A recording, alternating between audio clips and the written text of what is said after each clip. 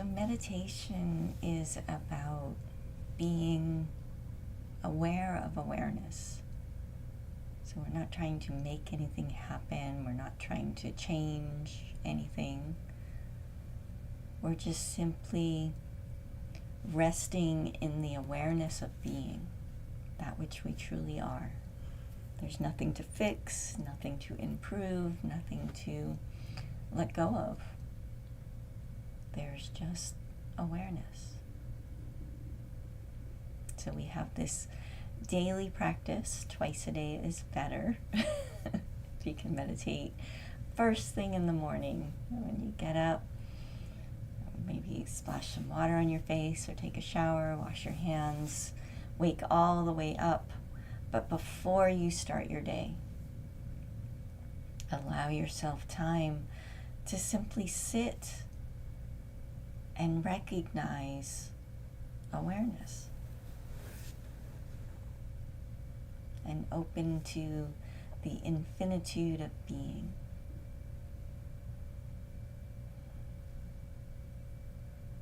And then in the evening, when you come home, sunset is a wonderful time if it works out, to sit again and just allow yourself to experience all that you are, that full awareness. Now in the in-between times, meditation continues, but in a different form. We call that mindfulness, this moving meditation, where ultimately we are just fully present with everything that is arising, and we are acting in accordance with whatever needs to be done. It just spontaneous action happens. But to get there, we have all this conditioning that we have to undo, that we have to reprogram in our mind. And to do that, we first have to become aware of it. This is the scary part of the practice, where we start to realize that we do things simply out of habit that aren't necessarily healthy. That we do things that create pain. We do things that create pleasure. So today I wanted to talk about the 4 types of action. And you can apply your mindfulness, that is, you pay attention to what you're thinking, what you're feeling, what you're doing. And by considering this template of the 4 types of action, you can start to make adjustments. So in summary, the 4 types of action, there is painful actions that lead to more pain. There's painful action that leads to pleasure. There's pleasurable action that leads to pain, and there's pleasurable action that leads to more pleasure. So I think everybody would agree that we want to do pleasurable actions that lead to more pleasure. Yes. Those are the most beneficial ones. So things like coming, sitting with your Sangha. We have a wonderful time here sitting in this beautiful energy and light, and that then leads to more pleasure because we become more aware and we are able to carry this energy into the whole rest of our day. Other types of pleasurable actions that lead to more pleasure might be watching a movie when you need to rest and relax and recreate. We actually allow ourselves to be fully present and go into that world that the movie is showing us, and we unplug from our mind, our lives, everything. We're able to enter into all these different mind states that are provided by the movie and experience them without having to go through all the drama ourselves. So we can learn from it.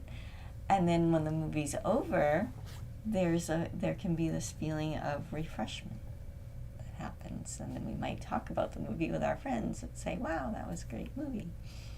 And we're going to the movies tomorrow. So I'm excited about that. So pay attention in your life to when you're doing an activity that's pleasurable, and consider, okay, this is pleasurable. Is this going to lead to pleasure later? Sometimes there's pleasurable actions like eating ice cream. That's one of my favorite things. But if I eat the entire carton of ice cream, it might taste really good in the moment. It might feel really good in the moment. But about 10 minutes, maybe even a half an hour after I've finished that carton of ice cream, it finally registers in my brain how much ice cream is in my belly. And then you go, oh, that does not feel good. And that leads to pain. And then if you do it repeatedly, it leads to weight gain. That might not be healthy. So more pain. And there's many of these actions that are very pleasurable in the moment, but then later on they hurt.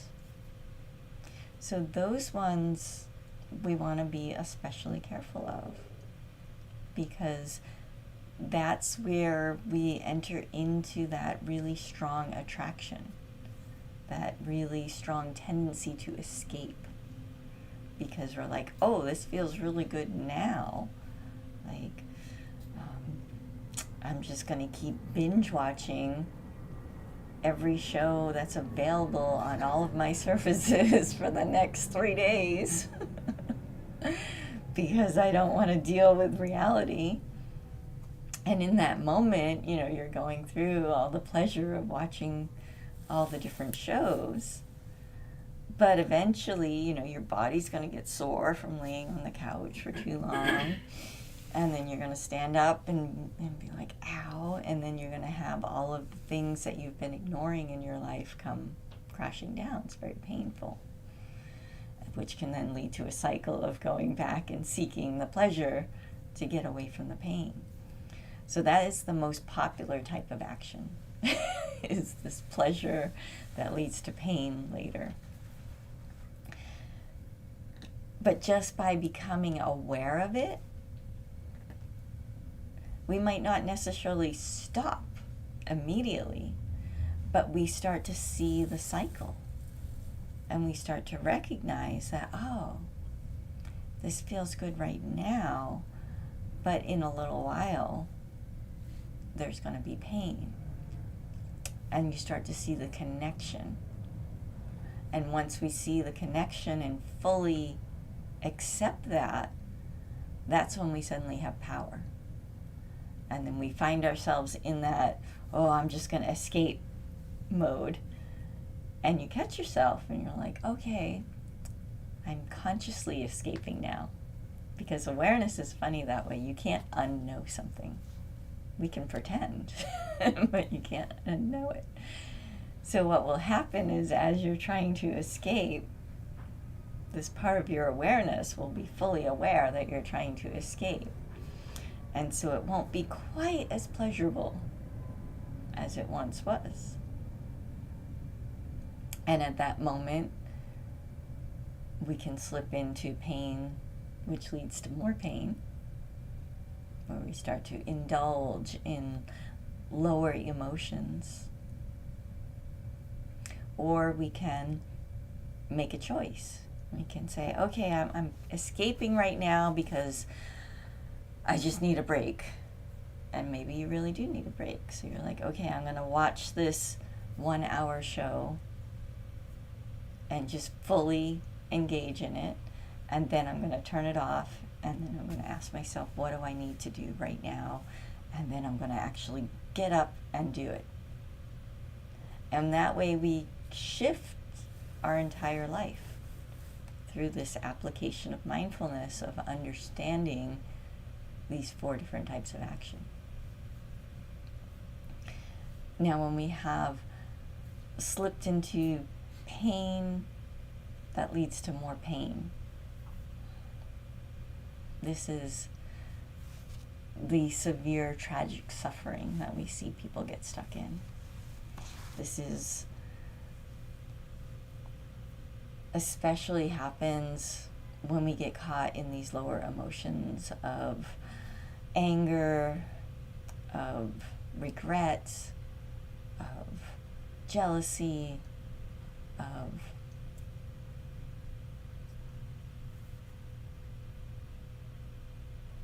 frustration.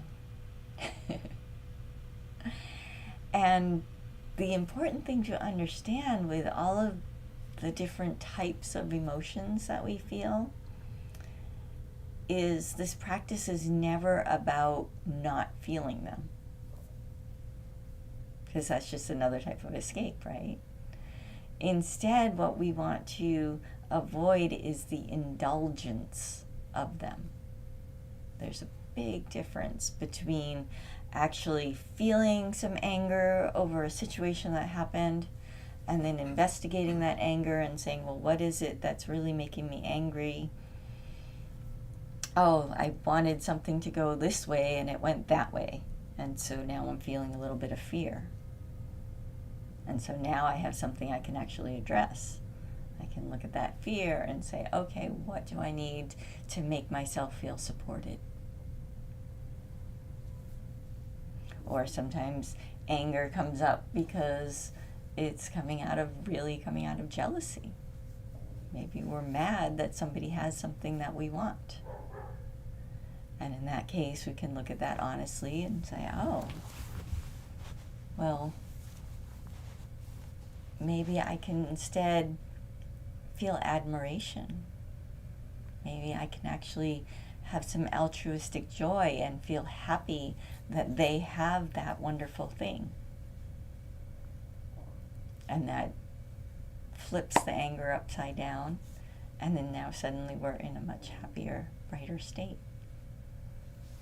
But when we indulge, it's this ongoing cycle where we almost become attached to that sensation of pain, of that anger, that jealousy, that frustration, that angst, because it's familiar.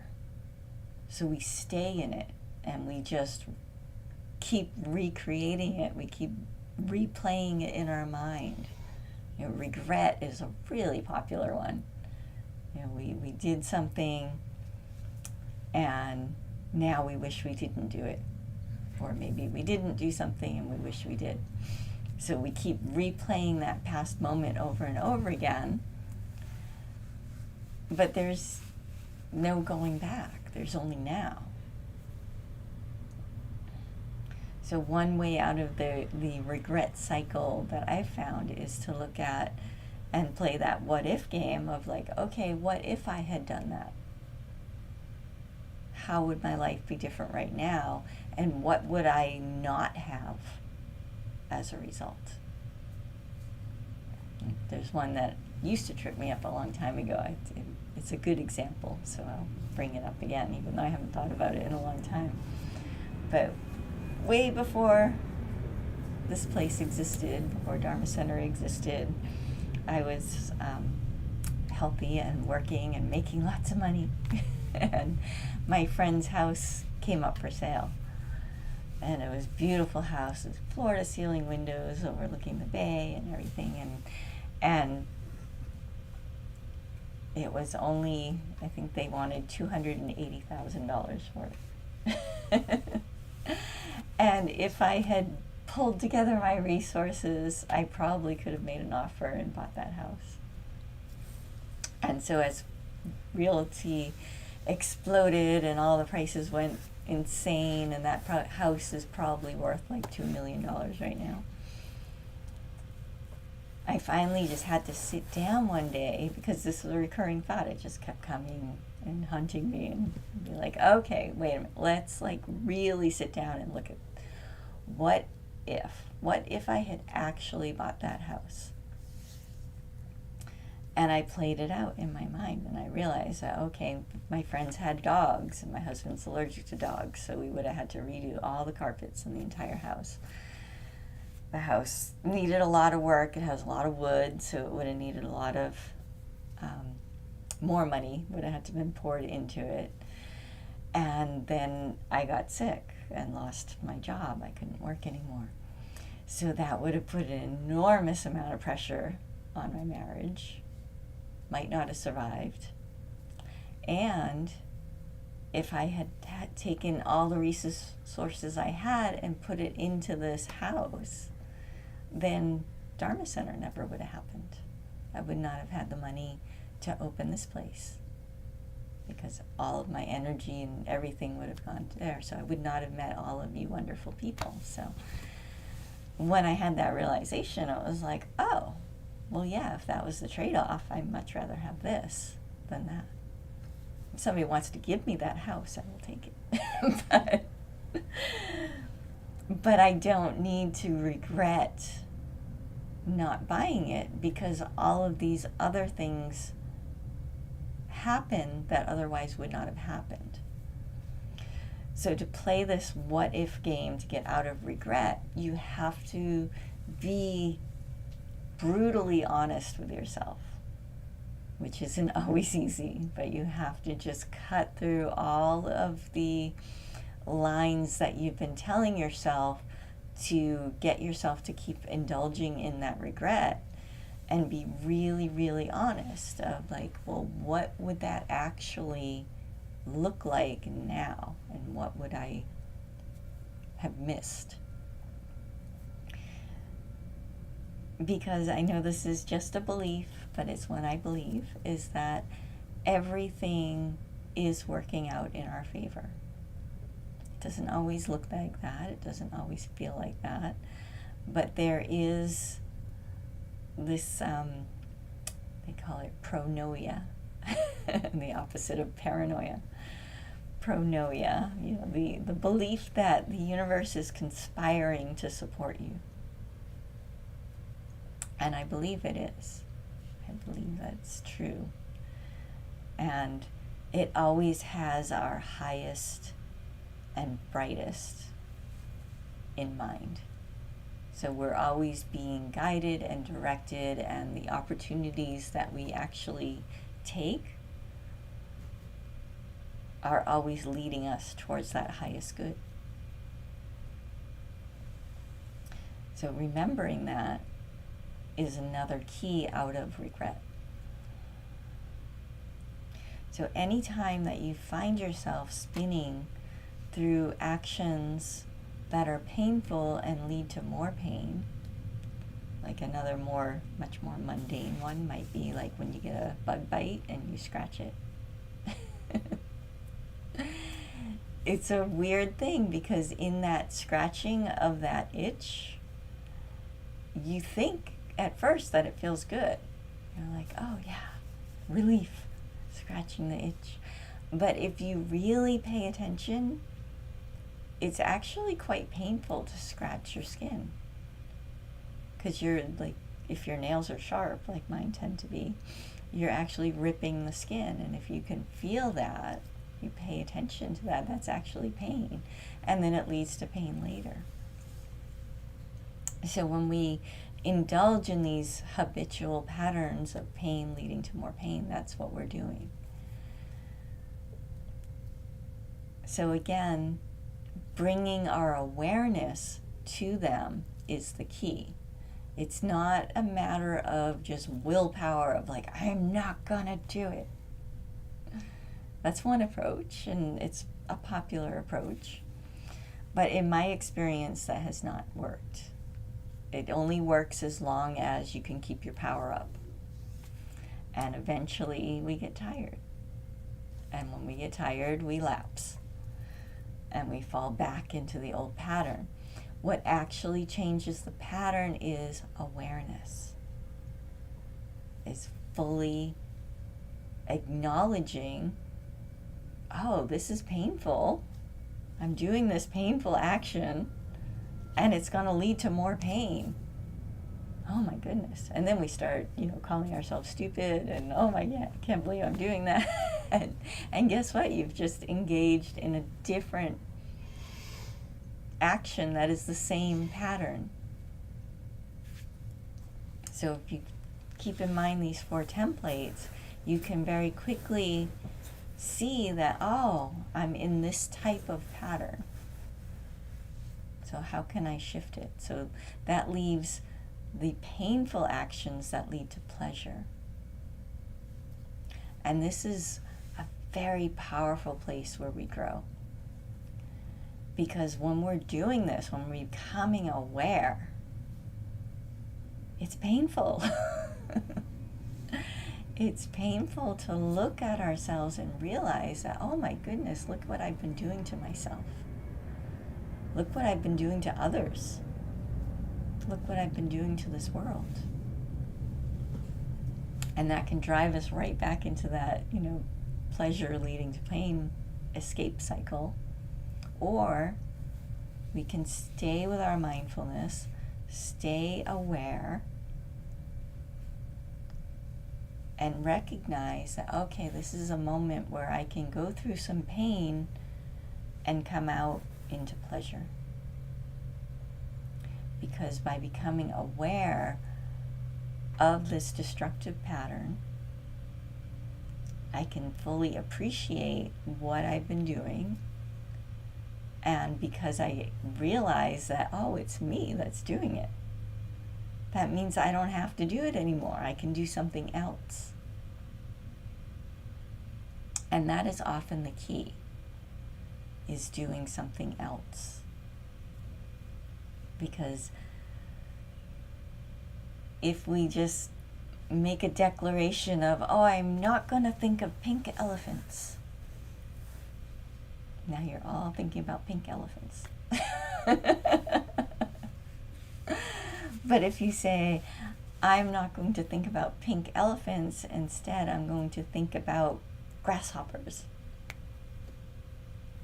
Now you can move your mind to grasshoppers and engage with that. And then the pink elephant might come up, but you've made this intention to focus on something else. And that there's power in that. There's movement. Power is movement. Power is perception and movement. So if you're, going back to that, you're caught in the binge cycle on watching all the videos endlessly or scrolling through social media for 6 hours, the antidote is not to say, I'm not going to do that. The antidote is to say, I'm going to do this instead. I'm going to go through that pile of papers that's sitting on my table. I'm going to pay that stack of bills, or I'm going to straighten up my closet. These are all things I need to do.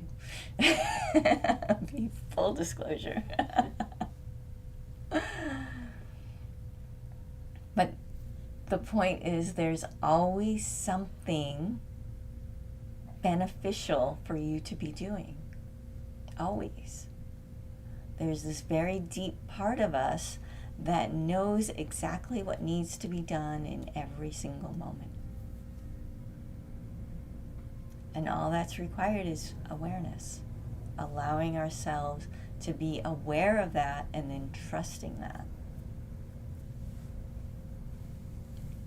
So that's where practice comes in. That's where we meditate every day. Twice a day is better.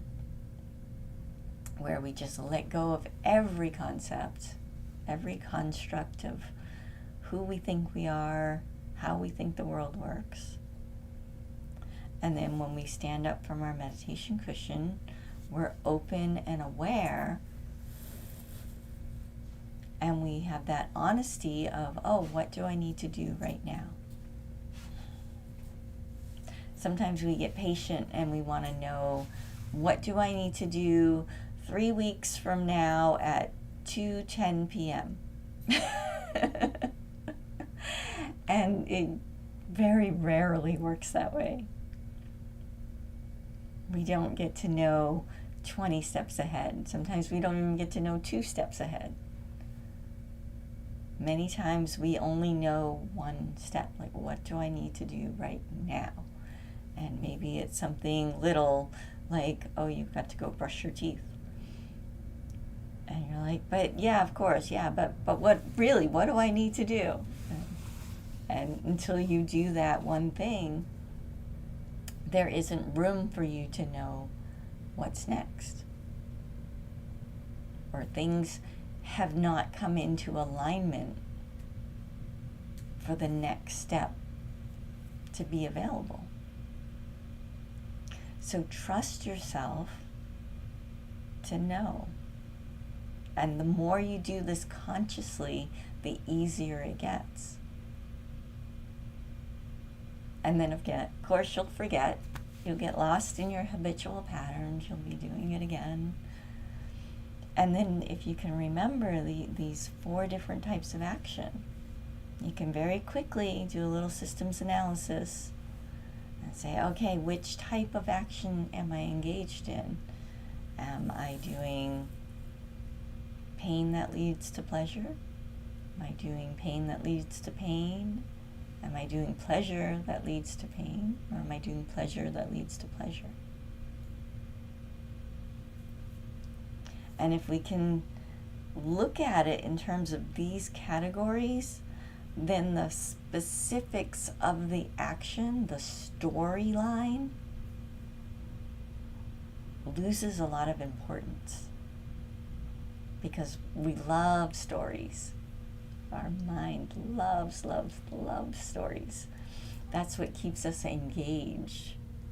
That's what keeps us cycling through the same habitual pattern, because our mind is engaged in this story, and it provides this wonderful sense of continuity where we feel very secure and safe, because even though it's miserable, it's always the same. But life is not always the same. It's always changing. It's always changing. So I want to encourage you to look at your actions through this view of the 4 types. And that lets you kind of disconnect from the storyline and make a very conscious choice of, oh, is this engaging in this activity beneficial? And if it is, if it's pleasure that leads to pleasure or pain that leads to pleasure, then keep doing it. If it's not, it's one of the other 2 types, pleasure leading to pain or pain leading to pain, then apply your awareness and see what else you can do.